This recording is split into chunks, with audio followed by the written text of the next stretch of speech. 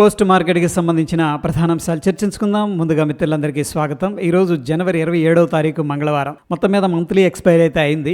అయితే ఫ్రెండ్స్, ఈరోజు very important updates ఉన్నాయి. ముఖ్యంగా ఇండియా యూరోపియన్ యూనియన్ ఏదైతే ఉందో దానికి సంబంధించిన డీల్స్ పార్ట్నర్షిప్ అనేది జరిగింది. దానికి సంబంధించిన అవుట్కమ్ వల్ల మార్కెట్స్ పాజిటివ్గా ఉన్నాయి. అవి ఏంటి, దానికి సంబంధించిన తదితర అంశాలు అనేది చర్చిద్దాం. ఇక్కడ ఈరోజు సెక్టార్స్లో ఆటో, ఎఫ్ఎంసీజీ, కన్స్యూమర్ డ్యూరబుల్స్ అనేది నెగిటివ్లో క్లోజ్ అయ్యాయి. అయితే ముఖ్యంగా ఆటో సెక్టార్ గురించి మనం మాట్లాడుకోవాలి.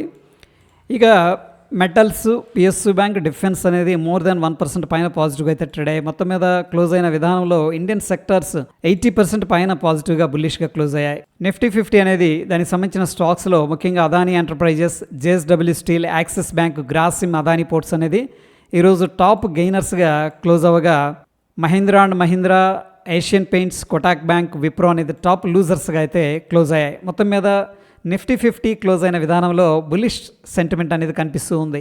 ఈరోజు ప్రధానాంశాల్లో ఇండియా, యూరోపియన్ యూనియన్ రెండు కూడా సిగ్నిఫికెంట్గా ఒక హిస్టారికల్ డిఫెన్స్ పార్ట్నర్షిప్ అనేది కుదుర్చుకున్నాయి. అయితే దీంట్లో మెయిన్ ఏమేంటంటే డిఫెన్స్ కోఆపరేషన్ ఉంటుంది అనమాట. అంటే వాళ్ళకి కావాల్సిన టెక్నాలజీ కానీ, ఇన్స్ట్రుమెంట్స్ కానీ, మనకు కావాల్సిన టెక్నాలజీ కానీ, ఇన్స్ట్రుమెంట్స్ కానీ, ఇట్లా మ్యూచువల్ ఎక్స్చేంజ్ అనుకోవచ్చు.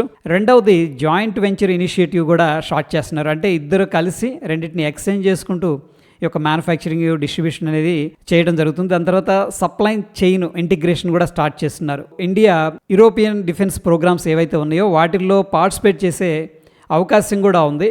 ముఖ్యంగా యాన్యువల్ డిఫెన్స్ స్టాక్స్ ఏమన్నా ఉన్నాయనుకోండి, మన వాళ్ళు అటెండ్ అవ్వచ్చు. సో సింపుల్గా చెప్పాలంటే డిఫెన్స్ ఇండస్ట్రీ కొలాబరేషన్ అనేది సిగ్నిఫికెంట్గా జరుగుతూ ఉంది. యూరోపియన్ యూనియన్ ముఖ్యంగా ఇండియా వైపు ఎందుకు పాజిటివ్గా ఉంది అన్న విషయానికి వచ్చేసరికి, ప్రస్తుతానికి వీళ్ళ యొక్క డిపెండెన్సీ యుఎస్, చైనా మీద ఎక్కువగా ఉంది. సో గ్లోబల్గా పార్ట్నర్షిప్ అనేది కావాలి, ఎందుకంటే వీళ్ళ మీద డిపెండెన్సీ కొద్దిగా తగ్గించాలి అని చెప్పేసి. సో ఈ యొక్క డీల్స్ పార్ట్నర్షిప్ వల్ల ఏమవుతుందంటే ఇండియా యొక్క స్ట్రాటజిక్ పొజిషన్ గ్లోబల్గా స్ట్రాంగ్ అయ్యే అవకాశం ఉంది. Long term defence manufacturing and exports increase అవ్వడానికి, కాన్ఫిడెన్స్ అనేది బిల్డప్ అవ్వడానికి కూడా పాసిబిలిటీస్ ఉన్నాయి. At the same time make in India programme ఏదైతే ఉందో ముఖ్యంగా డిఫెన్స్కి సంబంధించింది, ఇది పాజిటివ్ సైన్గా మనం కన్సిడర్ అయితే చేసుకోవచ్చు. సో ఇటువంటి సిచ్యువేషన్లో కొన్ని ఇండివిజువల్ స్టాక్ స్పెసిఫిక్గా యాక్షన్స్ అనేది కనిపిస్తూ ఉన్నాయి. ఈ యొక్క స్ట్రాటజిక్ పార్ట్నర్షిప్ వల్ల defence, PSU and private players కొంతమంది ఉన్నారు. ముఖ్యంగా హెచ్ఏఎల్ కానీ, Bharat Electronics, Bharat Forge, L N T defence, Data Patterns, ఇటువంటి కంపెనీస్కి లాంగ్ టర్మ్లో ఇది మనం పాజిటివ్గా అయితే కన్సిడర్ చేసుకోవచ్చు. ఈరోజు ఆటో సెక్టర్ అనేది టాప్ లూజర్గా క్లోజ్ అయింది, మనం గమనించాం.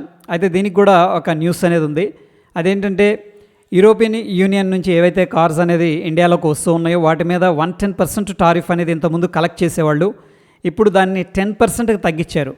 సో డెఫినెట్గా అక్కడ నుంచి ఏవైతే కార్లు అనేది వస్తూ ఉన్నాయో ప్రీమియం కార్స్, అవి ఇండియాలోకి ఎంటర్ అవుతాయి. ఇండియాలో ప్రీమియం కార్ మ్యానుఫ్యాక్చరర్స్ ఎవరైతే ఉన్నారో వాళ్ళకి స్ట్రాంగ్ కాంపిటీషన్ ఉండే అవకాశం ఉంది. అట్ ద సేమ్ టైం మనం గమనించాల్సిన విషయం ఏంటంటే, ఏదైతే లో ప్రీమియం కార్స్ ఉన్నాయో వాటికైతే పెద్దగా కాంపిటీషన్ అనేది ఉండకపోవచ్చు. ఎనీహౌ ప్రస్తుతానికి ఇక్కడ టారిఫ్ అనేది తగ్గించడం వల్ల ఇంపోర్ట్స్ మీద ఆటో సెక్టార్ నుంచి కొంత సెల్లింగ్ ప్రెషర్ అనేది కనిపించింది.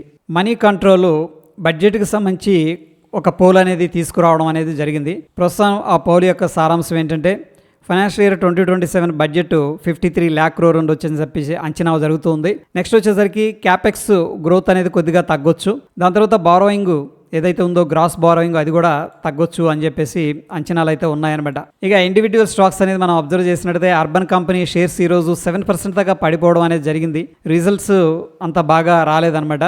అందుకని స్టాక్ అనేది ఈరోజు నెగిటివ్లోకి వెళ్ళిపోవడం జరిగింది. కొన్ని స్టాక్స్ రిజల్ట్స్ అనేది అనౌన్స్ చేసిన తర్వాత కొన్ని పాజిటివ్గా, కొన్ని నెగిటివ్గా రియాక్ట్ అయ్యాయి. ముఖ్యంగా అర్బన్ కంపెనీ వచ్చేసరికి 7% వీక్గా ట్రేడ్ అయింది ఇంట్రాడేలో ఒకనొక టైంలో. ఎందుకంటే వీళ్ళ యొక్క Q3 రిజల్ట్స్ అనేది అంత బాగా అనుకున్న విధంగా రాలేదు. అందుకని స్టాక్ అనేది అండర్ ప్రెషర్లో ఉంది. యూనియన్ బడ్జెట్ రాబోతూ ఉంది. అయితే కొంతమంది ఎక్స్పర్ట్స్ ఏంటంటే జెమ్స్ అండ్ జ్యువెలరీ ఏదైతే సెక్టర్ ఉందో దీంట్లో డ్యూటీ అనేది కట్ చేస్తారు అని చెప్పేసి, at the same time GST relief కూడా ఉంటుందని చెప్పేసి ఎక్స్పెక్టేషన్స్ ఉన్నాయి. సో ప్రాబ్లీ ఒకవేళ అదే గన జరిగిందంటే జెమ్స్ అండ్ జ్యువెలరీకి సంబంధించిన సెక్టార్ కానీ స్టాక్స్లో కానీ పాజిటివ్ ఉత్సాహం అనేది ఉండే అవకాశం ఉంది. రీసెంట్గా ఏషియన్ పెయింట్స్ చాలా వాటికి అండర్ పర్ఫామ్ చేస్తూ వస్తుంది. ఎందుకంటే strong competition, very well established brands నుంచి రావడం ఎందుకు కారణం అని చెప్పేసి చెప్పుకోవచ్చు. ప్రస్తుతం పరిస్థితుల్లో ఈరోజు అబ్జర్వ్ చేసినట్టు ఈ యొక్క పర్టికులర్ స్టాక్ అనేది 5% దాకా నెగిటివ్గా ట్రేడ్ అయింది. ఎందుకంటే Q3 రిజల్ట్స్ అనేది వీక్గా అనౌన్స్ చేసింది. ప్రస్తుతానికి ఇది వీక్గా ట్రేడ్ అయింది ఇంట్రాడేలో. ఎక్స్పోర్ట్ ఓరియంటెడ్గా ఉన్న కంపెనీలు ముఖ్యంగా ఎఫెక్స్ ఫ్రోజన్ కానీ అవంతి ఫీడ్స్ ఇటువంటి స్టాక్స్ ముఖ్యంగా ష్రింప్ రిలేటెడ్గా ఉన్న స్టాక్స్ ఈరోజు పాజిటివ్గా అయితే ట్రేడ్ అయ్యాయి. ఎందుకంటే ఇండియా యూయూ ట్రేడ్ డీల్స్ ఒక పాజిటివ్గా ఉంటాయి అని చెప్పేసి ఎక్స్పెక్టేషన్స్ అయితే ఉన్నాయి. అందుకని స్టాక్స్ పాజిటివ్గా రియాక్ట్ అయ్యాయి. Q3 రిజల్ట్స్ ఇంపాక్ట్స్ అనేది కొన్నిటి మీద డైరెక్ట్గా కనిపిస్తుంది. ముఖ్యంగా JSW energy, Godrej consumer products ఈ కంపెనీకి చెందిన షేర్స్ వచ్చేసరికి ఇంట్రాడేలో 10% దాకా నెగిటివ్గా ట్రేడ్ అవగా ఇండియా సిమెంట్స్ 5% దాకా పాజిటివ్గా అయితే ట్రేడ్ అయింది. కోటక్ మహీంద్రా బ్యాంకు ఈరోజు ఇంట్రాడేలో 5% దాకా నెగిటివ్గా ట్రేడ్ అయింది. అయితే Q3 రిజల్ట్స్ అనేది అనలిస్ట్ల ఎక్స్పెక్టేషన్స్ని మీట్ అవ్వలేదన్నమాట. ప్రస్తుతం సిచ్యువేషన్లో అనలిస్టులు ఏమని చెప్తూ ఉన్నారంటే దీనికి టార్గెట్ అయితే తగ్గించారు. స్టిల్ బాయ్ రేటింగ్ అనేది మెయింటైన్ చేస్తున్నారు, బట్ టార్గెట్ అయితే తగ్గించారు. ఇది గమనించండి. అల్ట్రాటెక్ సిమెంట్ షేర్స్ వచ్చేసరికి ఇంట్రాడేలో 4% దాకా పాజిటివ్గా అయితే రియాక్ట్ అయ్యాయి. ఎందుకంటే Q3 రిజల్ట్స్ అనేది అనలిస్టులు ఏదైతే ఎక్స్పెక్ట్ చేశారో ఆ ఎక్స్పెక్టేషన్ మించి ఈ యొక్క కంపెనీ రిజల్ట్స్ అనౌన్స్ చేసింది. అందుకని స్టాక్ పాజిటివ్గా రియాక్ట్ అయింది. చాలామంది బ్రోకరేజ్ సంస్థలు అయితే దీని యొక్క టార్గెట్ అనేది రీఇటరేట్ చేసి అప్గ్రేడ్ అనేది చేయడం జరిగింది. Q3 రిజల్ట్స్ అనేది ఇచ్చిన తర్వాత DCB బ్యాంక్ షేర్స్ 6 ఇయర్స్ హైలో ట్రేడ్ అవుతూ ఉన్నాయి. పాజిటివ్ ఎర్నింగ్స్ అనేది కనిపించాయి. MCX వచ్చేసరికి 6% దాకా పాజిటివ్గా ట్రేడ్ అవుతుంది. సో ఎందుకంటే వీళ్ళ యొక్క నెట్ ప్రాఫిట్ అనేది ఏకంగా 150% పెరిగింది. ఇక నిఫ్టీకి సంబంధించిన స్పాట్ 25,234 దగ్గర అయితే క్లోజ్ అయింది. పుట్ కాల్ రేషియో అనేది 0.84 అనేది ఇండికేషన్ అయితే ఇస్తూ ఉంది. ఇక మార్కెట్ యొక్క sentiment based on the open interest అయితే స్లైట్గా బ్యారిష్ ఇండికేషన్ కనిపిస్తూ ఉంది. బ్యాంక్ నిఫ్టీ స్పాటు 59,348 దగ్గర క్లోజ్ అయింది. పుట్ కాల్ రేషియో అనేది 1.208 కనిపిస్తూ ఉంది. So based on the open interest market యొక్క సెంటిమెంట్ బుల్లిష్గా కనిపిస్తూ ఉంది. సెన్సెక్స్ 82,052 దగ్గర దీని స్పాట్ అయితే క్లోజ్ అయింది. పుట్ కాల్ రేషియో అనేది 0.97 అనేది ఇండికేషన్ ఇస్తూ ఉంది. మార్కెట్ యొక్క sentiment based on the open interest న్యూట్రల్గా ఉంది. ఇండియా విక్స్ అనేది అబ్జర్వ్ చేసినట్టు 1.83% పెరిగింది. ప్రస్తుతానికి ఇండియా విక్స్ అయితే కొద్దిగా రైజ్ అవుతూ వస్తుంది. ఎందుకంటే మనకి బడ్జెట్ అనేది ఉంది కాబట్టి ఫిబ్రవరి 1వ తారీఖున. ఇక డాలర్ ఇండెక్స్ విషయానికి వచ్చేసరికి సిగ్నిఫికెంట్గా డ్రాప్ అవుతుంది. ఇక Dow Jones Industrial Average features అయితే పాజిటివ్గా ట్రేడ్ అవుతుంది. నిఫ్టీ 50 అనేది డైలీ టైం ఫ్రేమ్లో పరిశీలన చేసినట్టయితే సో ప్రీవియస్గా 24,951 ఇంపార్టెంట్ సపోర్ట్ అనుకున్నాం కదా, ఎగ్జాక్ట్గా అదే లెవెల్కి వచ్చి అక్కడ నుంచి కూడా కొద్దిగా సపోర్ట్ తీసుకొని పైకి వెళ్తుంది. ఇమీడియట్గా 25,417 అనేది ఒక ఇంపార్టెంట్ రెసిస్టెన్స్ కనిపిస్తూ ఉంది. ఇక బ్యాంక్ నిఫ్టీ విషయానికి వచ్చేసరికి 58,068 ఇంపార్టెంట్ సపోర్టు, 59,469 అనేది ఇమీడియట్గా ఉన్న రెసిస్టెన్స్. సెన్సెక్స్ విషయానికి వచ్చేసరికి 81,202 ఇంపార్టెంట్ సపోర్టు, 82,185 అనేది ఇంపార్టెంట్ రెసిస్టెన్స్ అయితే కనిపిస్తూ ఉంది. సో ప్రస్తుతం సిచ్యువేషన్లో మనకి గ్లోబల్గా ఇండియా యూరోపియన్ డీల్స్ అయితే పాజిటివ్గా ఆప్టిమిజంలో ఉన్నాయి.